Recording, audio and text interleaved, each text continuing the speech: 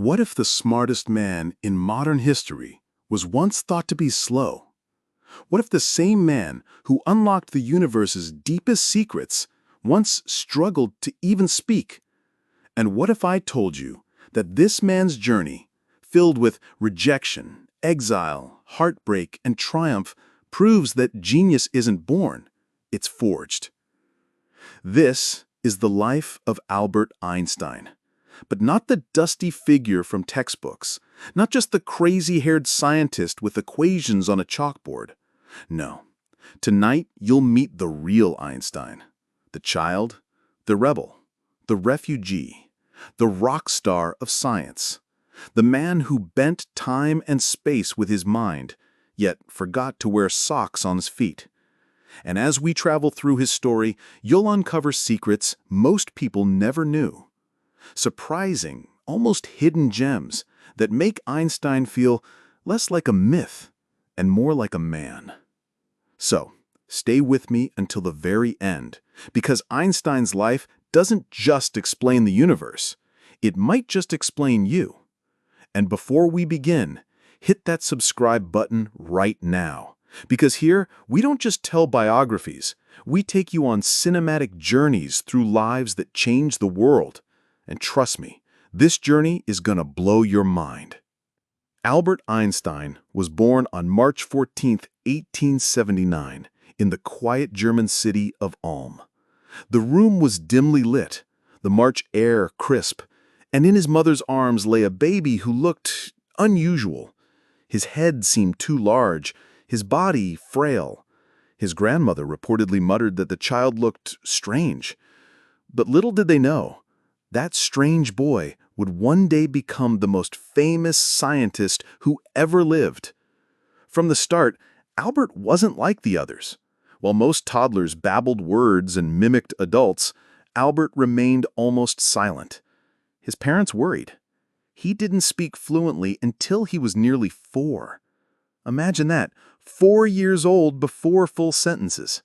In another family, in another time, maybe he would have been dismissed, maybe even forgotten. But silence gave Albert something most people never experience: the gift of deep observation. While others rushed to chatter, he watched. He studied the world with wide, curious eyes. The play of shadows on the wall, the way water rippled when stones dropped into it, the mysterious ticking of clocks. He wasn't slow.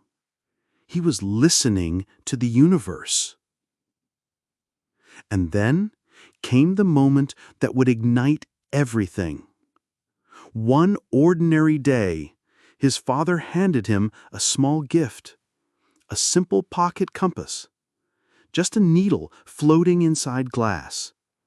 But when Albert tilted it, the needle always pointed north. Always. Unshakable. For a child, this was no toy. It was a riddle. What force is pulling it? What invisible hand commands the needle to move?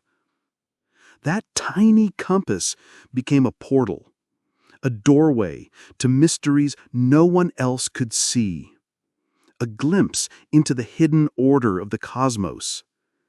And though he was just 5 years old, Albert felt it, an invisible thread pulling him toward a lifetime of questions. But while curiosity burned inside him, school was another matter entirely. Einstein hated school, the strict discipline, the endless memorization, the demand to follow rules without question. For Albert, it was suffocating. His teachers wanted obedience. He wanted freedom. One teacher even said to his face, "You will never amount to anything." Imagine that. The boy who would revolutionize physics, written off as a hopeless case. But Albert had a secret weapon: his imagination. While his classmates recited Latin, he was daydreaming. He pictured himself riding alongside a beam of light, racing through the heavens. He wondered, what would the universe look like if I could travel at light speed? It sounded like fantasy, but those very daydreams would one day evolve into the theory of relativity. And here's our first hidden gem fact. Albert Einstein actually skipped school so often that he relied on his best friend's notes to scrape through exams. He wasn't the model student people imagine. He was more of a rebel. But rebellion came at a price. By his teenage years, his family had fallen into financial ruin. Their electrical business collapsed, forcing them to move. Albert felt abandoned, adrift. And though he was gifted, universities didn't want him. At one point, he failed the entrance exam to a prestigious polytechnic. Yes, you heard that right. The man we call a genius once failed his entrance exam. But rejection didn't break him.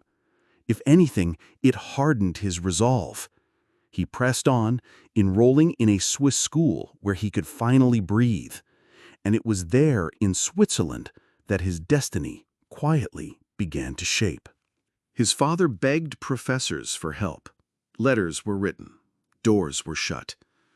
Over and over again, Albert faced rejection. So where did this future giant of science end up? At a desk, in a government patent office, reviewing inventions, day after day. Stamp, review. Stamp, review. It should have been a graveyard for ambition, a place where dreams go to die. But for Einstein, the patent office was a laboratory of the mind.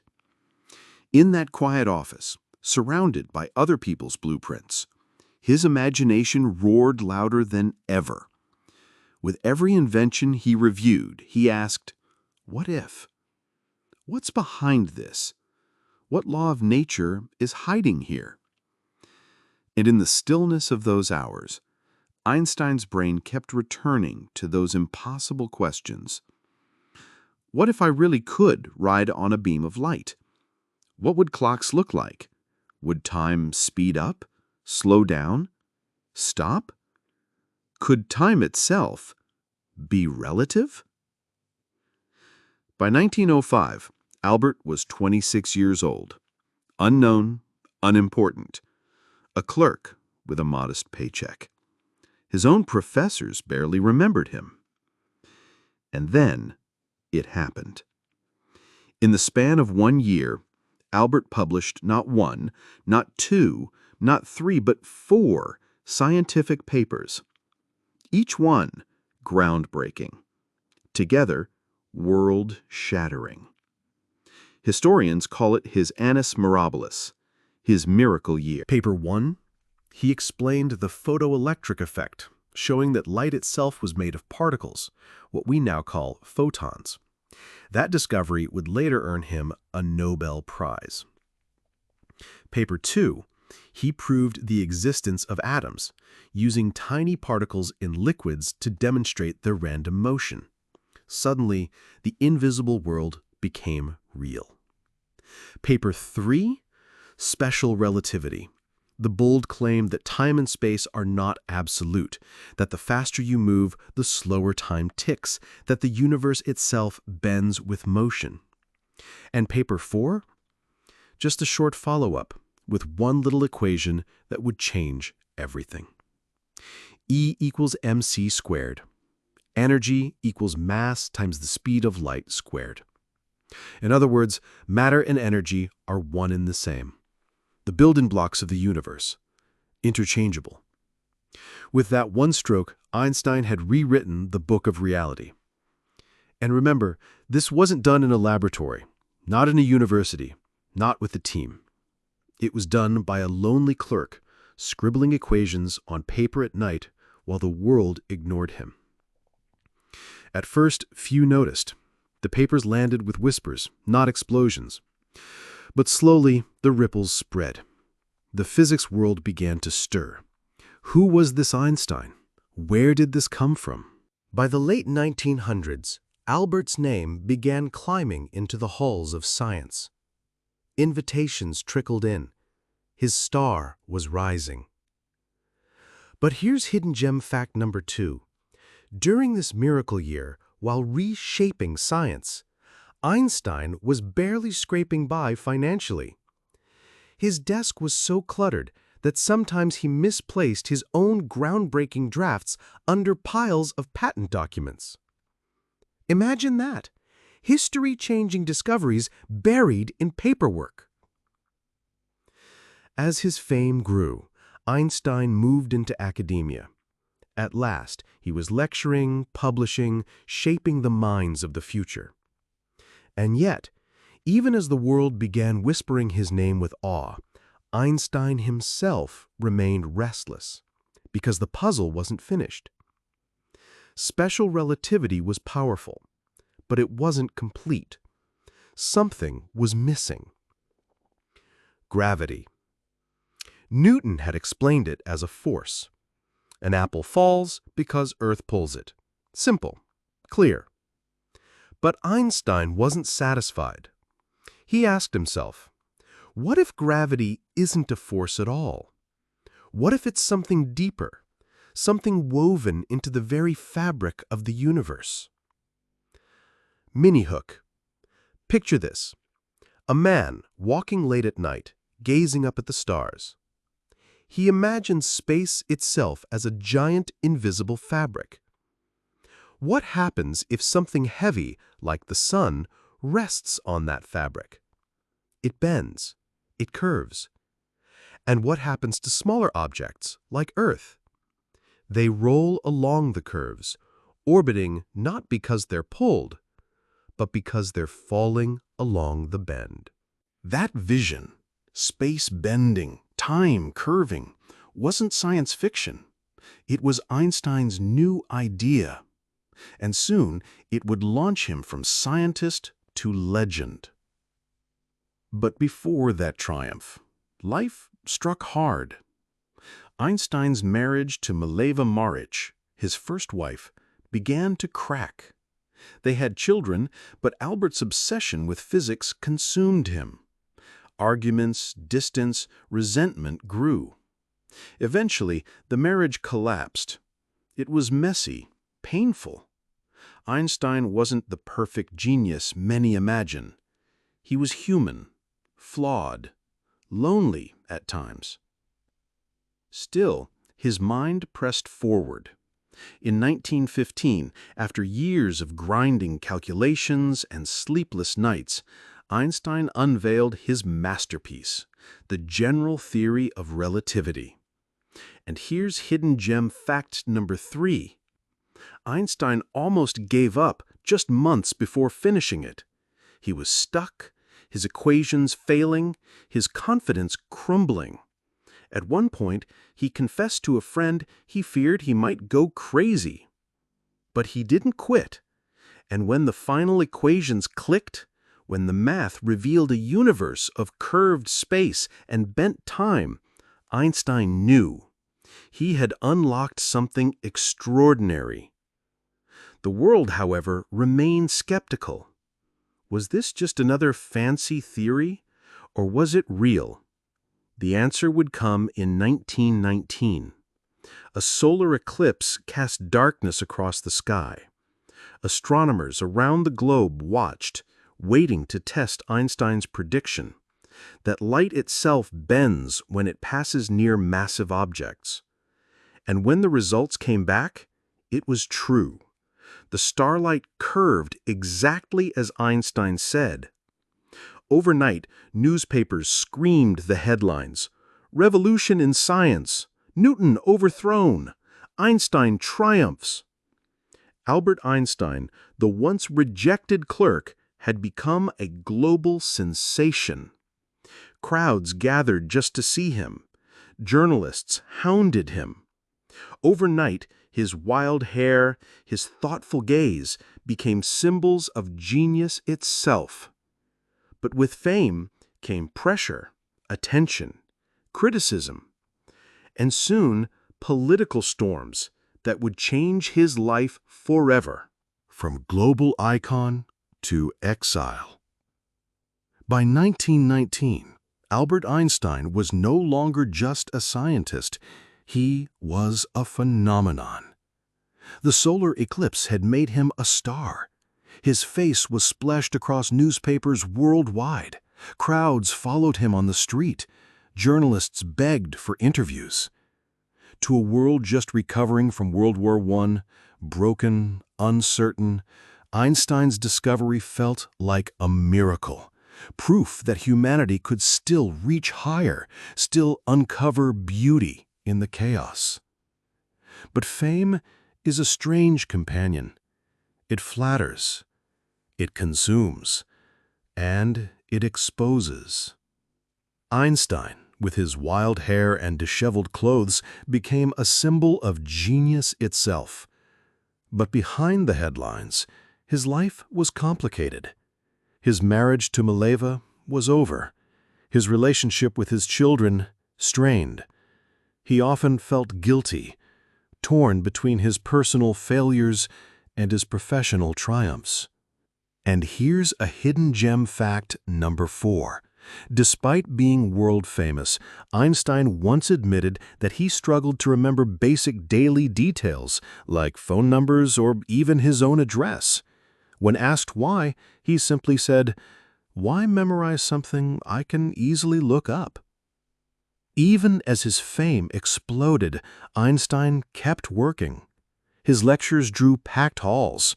His equations inspired awe and confusion alike.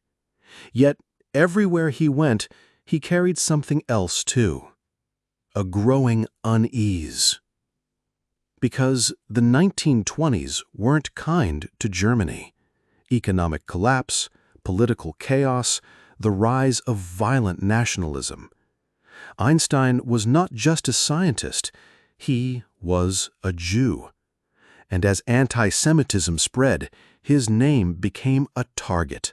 Posters and pamphlets smeared him. Right-wing extremists labeled his science Jewish physics. In some circles, they called for his death. At first, Einstein brushed it off. But the threats grew darker, more personal. And by 1933, the storm finally broke. Adolf Hitler seized power. Einstein, then traveling in America, made a decision that would change his life forever. He would never return to Germany.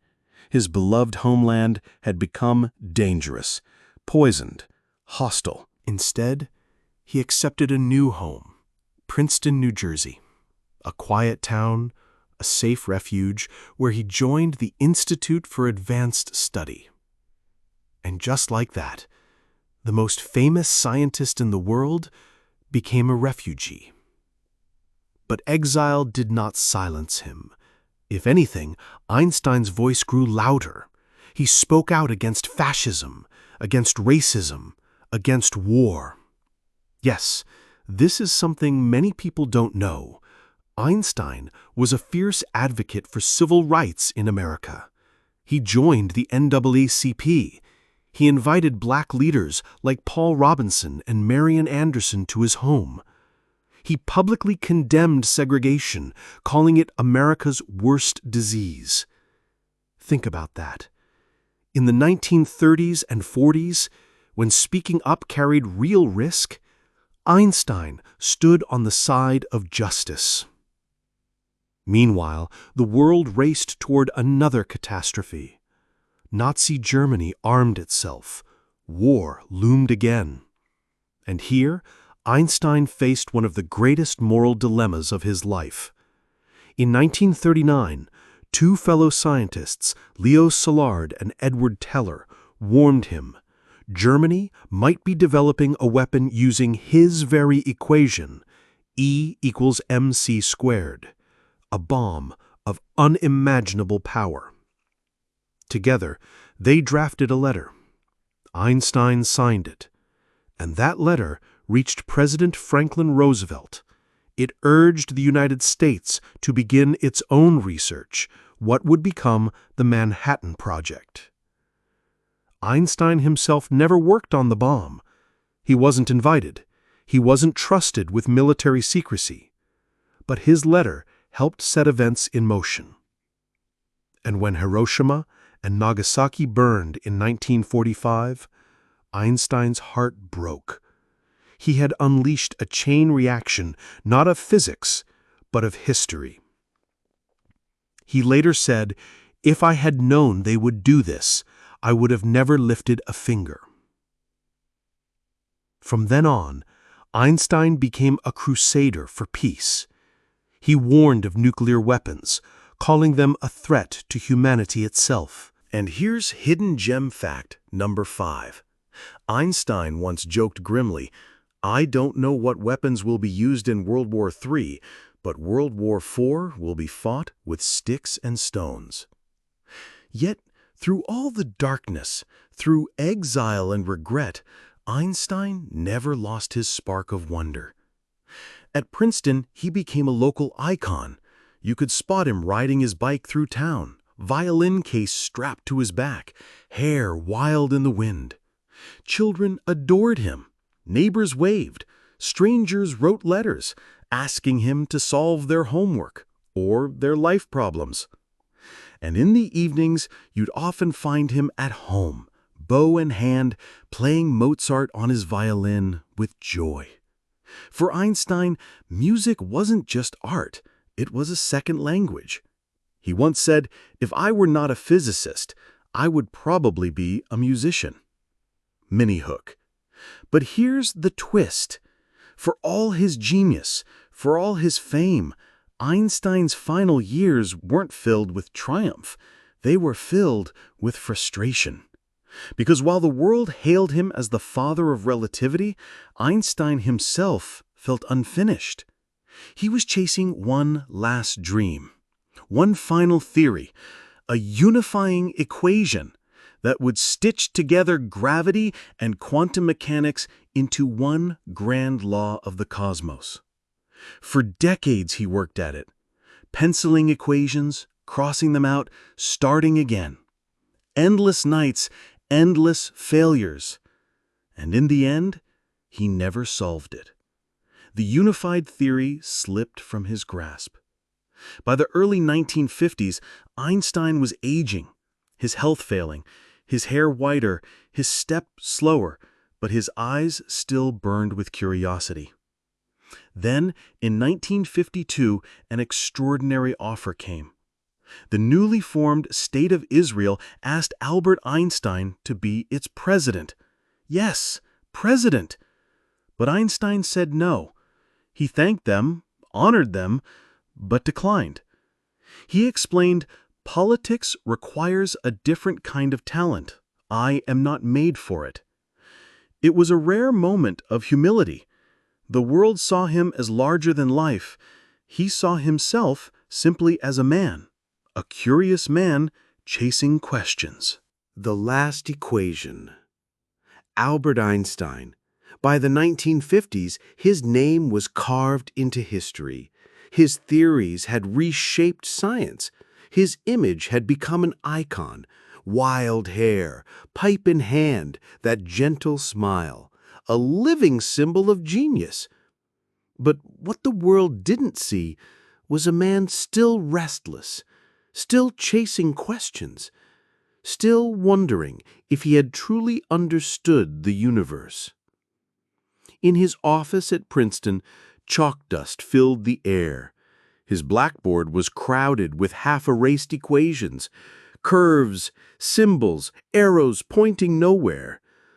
For 30 years, Einstein had been chasing one final dream, a grand unified theory, a single equation that would tie together all the forces of nature, gravity, electromagnetism, the quantum world. Night after night he worked, sometimes until dawn, sometimes until his body begged for rest. He was older now, slower, but the fire never dimmed. He once told a friend, "I want to know how God created this world. The rest are details." And yet, No matter how hard he tried, the final equation slipped through his fingers. But Einstein was not only equations and chalkboards. He was also humor, quirkiness, a human being full of contradictions. Did you know Einstein never wore socks? He thought they were pointless. He said, "One always gets holes in them, so why bother?" Instead, he went barefoot in sandals, even to official events. He also had a love for ice cream, a sweet tooth that delighted him, even as his doctors warned him otherwise. And of course, there was the violin, his constant companion. To Einstein, playing Mozart or Bach wasn't a distraction. It was a way to think, a way to let ideas breathe.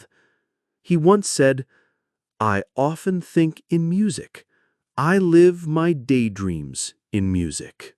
Even as the world saw him as a towering figure, his neighbors in Princeton saw him as something else, a kind, gentle old man, pedaling his bicycle with his white hair streaming behind him. But despite the charm, despite the quirks, one shadow never left him: the bomb. Einstein knew his equation had helped open the door to nuclear weapons, and though he hadn't built the bomb, he carried its weight on his conscience. He became a leading voice for peace.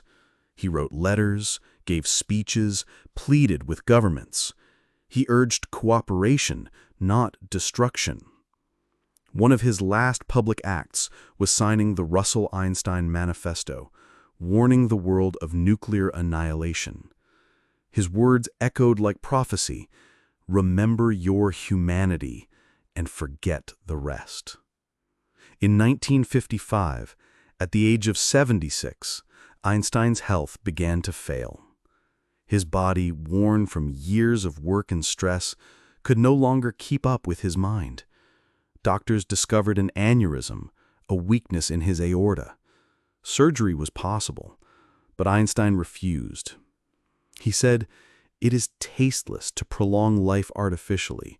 I have done my share. It is time to go. I will do it elegantly." On April 17, 1955, Albert Einstein collapsed at his home. He was rushed to the hospital, but the end was near. Lying in bed, frail yet calm, he whispered words in German. The nurse by his side did not understand. His final message remains a mystery. And just like that, Albert Einstein was gone. But his story didn't end there. Not really. Hours after his death, a pathologist named Thomas Stoltz Harvey removed Einstein's brain during the autopsy without permission. He sliced it into sections, preserving it in jars. For decades, pieces of Einstein's brain were studied, stolen, passed around like relics. Some scientists claimed to see unusual structures in his neurons. Others found nothing extraordinary. What does this mean? Was genius written in the folds of his brain? Or was Einstein proof that genius is not biology, but imagination? The mystery lingers. And yet, when we look at Einstein's true legacy, it isn't only equations, not only relativity, not only E equals mc squared. It is wonder. It is curiosity. It is the reminder that imagination is more powerful than knowledge. Because Einstein showed us something profound, that genius is not about knowing all the answers. Genius is about never stopping to ask the questions. He once said, "The important thing is not to stop questioning. Curiosity has its own reason for existing." Think about that. A boy who barely spoke until he was 4. A rebel who failed exams. A refugee chased from his home. A man mocked and doubted. And yet, through it all, he never stopped asking why. And those questions bent the universe itself. Today, Einstein's face still smiles at us.